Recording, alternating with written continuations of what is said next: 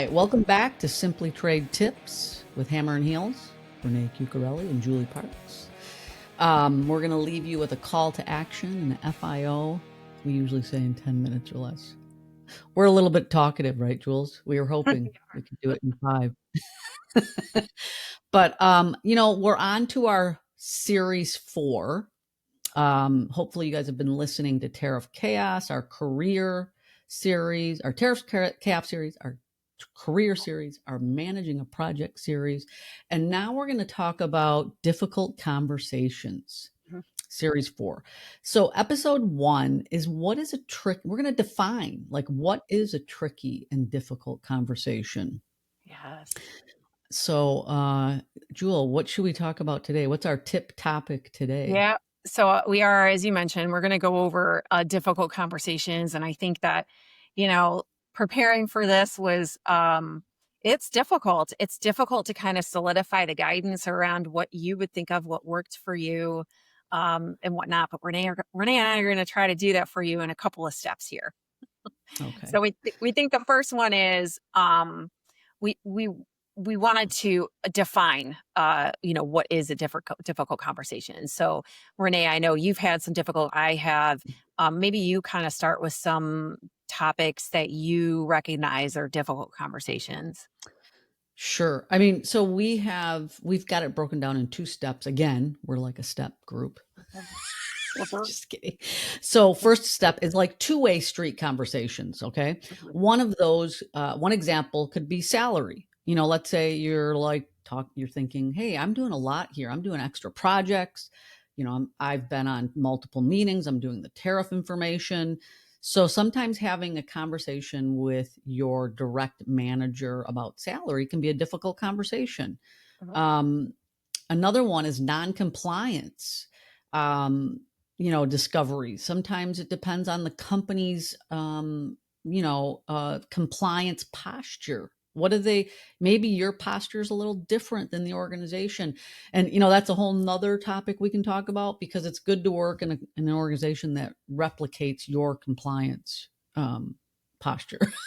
Right. It's hard. Then Isn't it difficult hard, Renee? conversations are less. Yeah. Right. It's hard to tell people that we have a discovery and we need to take a pause here and perhaps shut down exports or imports for whatever reason until we can figure out what's going on in this investigation in this non-compliance area. Those are really tough discussions, right?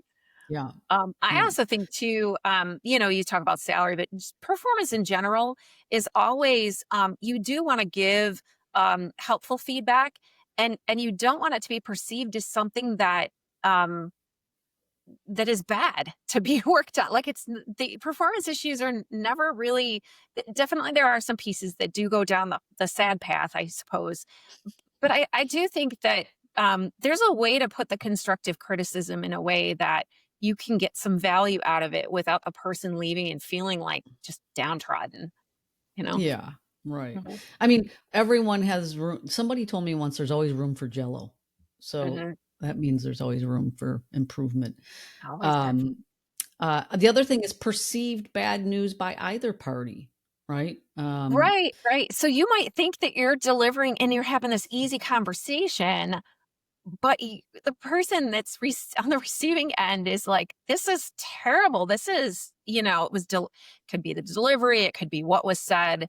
Um, but I suppose here it's an aspect of, understanding that you could be giving information and communicating information, and the receiving party might be perceiving it very differently. So it's good to always ask, how did you feel about this discussion today? Is there anything that, just kind of Yeah. keep communicating? Yeah.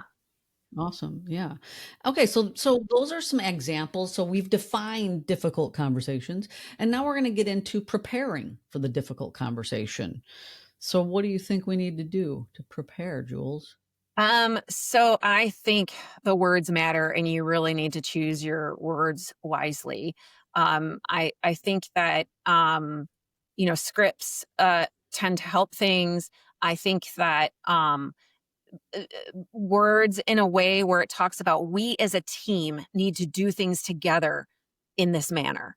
and what can we do to make this happen? And kind of it's more of a, it's not just the individual receiving some of the difficult feedback, but it's how can we work together to make this the outcome, because it's not the outcome today, you know? Right, exactly. So, and you Mhm. mentioned writing things down. Maybe it's good to take a minute and pause and draft the information, draft responses. Preparing to tell someone, it's easier, I think, when you have a moment to think about it. And writing down always helps. It helps me anyway. Right, right. And framing it too. I think whatever the difficult conversation is kind of starting off with what brought you to this point and giving a recap, because you might find too that your event of things may not be how the receiver is, sharing the event of things. So you're by offering kind of the what brought us to this point, it helps the receiver. Wait, let's go back a minute. I didn't get that from this previous conversation. So I think that especially in large organizations, when you don't get the opportunity to chat with everybody on a daily basis, I also think too, the home life and the more Zoom capabilities kind of lend itself to not having all of those real discussions, so that you can be clear about what your intent is in the delivery. So by you kind of recapping and then asking the question of, do you believe this to be true, or is that, were we on the same page with this, and invites discussion. um Yeah, and like we talked about it too, mentioning the tone, so one example I had, I worked for directly for some owners of a company, and there was some non-compliance, and I was so stressed about talking to them about this. And so I had to practice my tone. I had to write things down. I had to get a plan together. Honestly, I had to do a project plan. Go back to project project yes, management.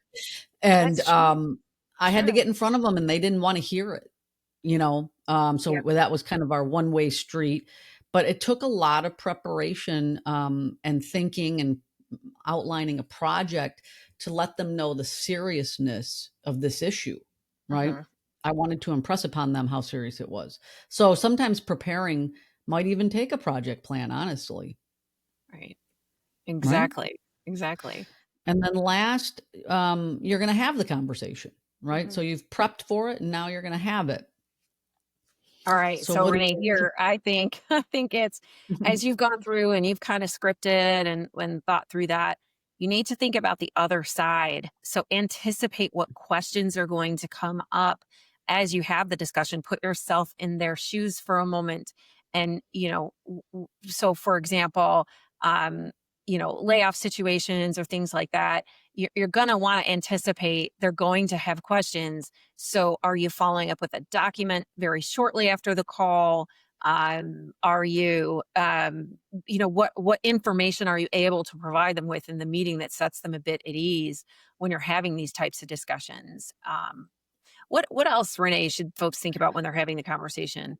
I think, always keep it on a willingness to keep the dialogue open, keep everything in a respectful fashion. Sometimes people get very passionate, especially about maybe non-compliance, right? So keep everything in a good tone, a professional tone, and a respectful Mhm. tone. Yeah. Um, and then what else do you Yeah, think, and there's Julie? tactics that I think we can use too. So one that was taught to me at the defense company was the likes, concerns, suggestions. Hey, I like that you're, helping out more. I'm concerned that you're not able to contribute on this particular project. So I would like to see you, and I'm suggesting that you get involved more in this project. So it's a way to kind of sandwich the discussion so that it becomes, when you're, have writer's block on exactly how are you going to approach something, talking through it in a tone of likes, concerns, suggestions. And if your team gets familiar with that, they know that they're being like concerned, suggested to. And you would be surprised how that takes a lot of the difficultness out of the discussion, and it makes the delivery that much easier because it's framed and it's succinct and it's clear. Because that's the other thing too. If you ramble on in some of these difficult conversations, um, you might not get where you want. And doing likes, concerns, suggestions, like, hey, I like what you're doing over here. I'm a little bit concerned about this area. Hey, I'm suggesting that we kind of pick up the pace in this space I, or whatever it is. I think you may have used that on me. I think I did. I think it was used on me to start with. Right? Yeah, no, awesome. All right. And then, to Julie's point, you may be in front of the person or you may have to email them. So be prepared too, you can put likes, concerns, and suggestions in an email very Yeah. easily as well. So Jewel, what's our FIO? Figure it out. Call Well, to let me action. add on, Renee. I do want to comment Of with course. folks. If you do have to send an email to start with, that's to frame the discussion. And difficult, depending on the severity of the discussion, it should always allow a follow up by um, maybe not in person, but maybe it's via Zoom, to focus on because there's hurt feelings that happen and there's sadness that people carry, right, going forward in projects. And we don't want that. We want to rid ourselves of that. We want everybody to feel like they're a part of the team and we're moving in the right direction. So you got to communicate, and email can start Yeah. the discussion and get them thinking, but then you're doing that kind of follow up tag in, Great or point. in your Great next point. tag when you're saying, hey, I sent you this email, let's chat about it for a minute. How do you feel about this? So Yeah. then, Renee, you did Awesome. ask about the FIO. I think that this likes, concern, suggestions piece is really powerful. And I think we want folks to practice that and share with us, like, how did you use it? I must say, I laugh. I have used it on my family. I have had brother use it to another brother, and it works, right? It's I like that you are emptying the dishwasher. I'm concerned you're putting things in the wrong place. So I suggest you put the spoons where the spoons go over here, those Are types you of things. saying it's infectious? I think It it is is. actually. It is. And it's a really nice way to frame things, I think. And it's a nice way if you've Yeah. ever received it and you don't know that you're being liked, concerned, suggested to. You're like, oh gosh, that's really good feed. Thank you. I will put the Yeah. spoons away in the right place, or whatever it is. Right. Right. All right. Awesome. You guys, thanks for listening. Again, we invite you to our community Trade Geeks. Let us know. Did you use likes, concerns, and suggestions? I might have to do LCS. We'll just call it LCS. LCS. All right. Yeah. Take care, you guys. Thanks for listening. Very good. Thanks, Julie. Thanks, Renee.